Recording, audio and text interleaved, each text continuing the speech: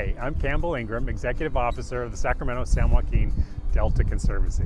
And I'm Steve Deverell, a Principal Hydrologist with HydroFocus, a hydrologic consulting and research firm. HydroFocus has been working with the Conservancy and others to develop a methodology to quantify greenhouse gas emission reductions in California that can allow Delta landowners to convert land currently used for traditional crops to wetlands or rice cultivation and participate in the carbon market. This conversion will stop and, in the case of wetlands, reverse the effects of subsidence, which results in greenhouse gas emissions. Wetlands will reverse the effects of loss of peat soils due to decades of traditional farming. Traditional crops like corn and alfalfa require a drained root zone which exposes the organic soil to oxygen and causes it to oxidize and disappear.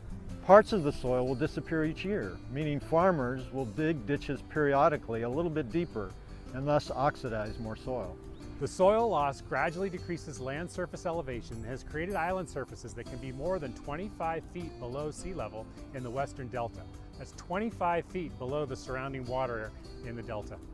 This affects the ability of levees to protect the land from inundation. If levees fail and islands flood, delta waters may become contaminated with seawater that would be sucked in from the west.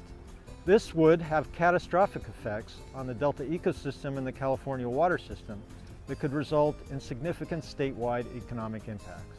The methodology would incentivize farmers to keep their lands flooded for cultivating rice or allowing wetland plants to grow instead of growing traditional crops.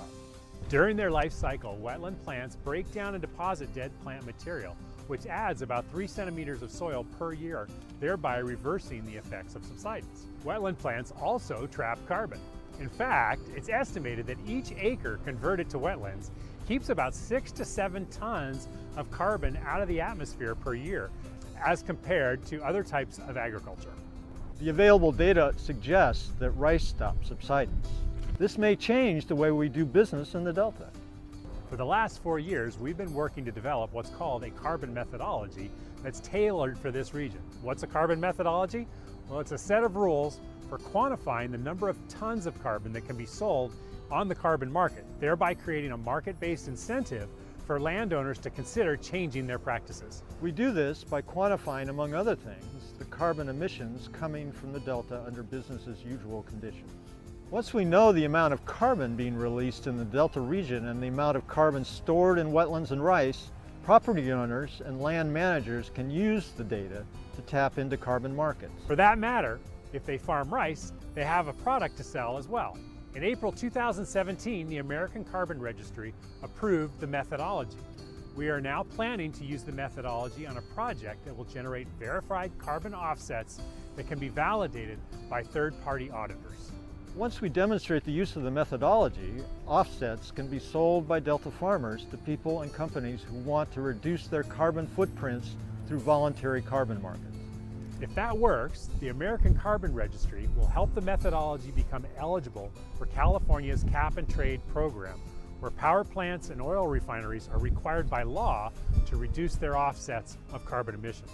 All of this is necessary because we lack the mechanisms and funding to address subsidence that threatens California's water system. And we're hoping the carbon market revenues can fill part of that funding gap.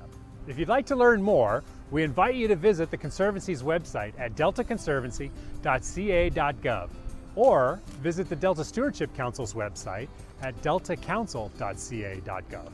And the HydroFocus website at hydrofocus.com.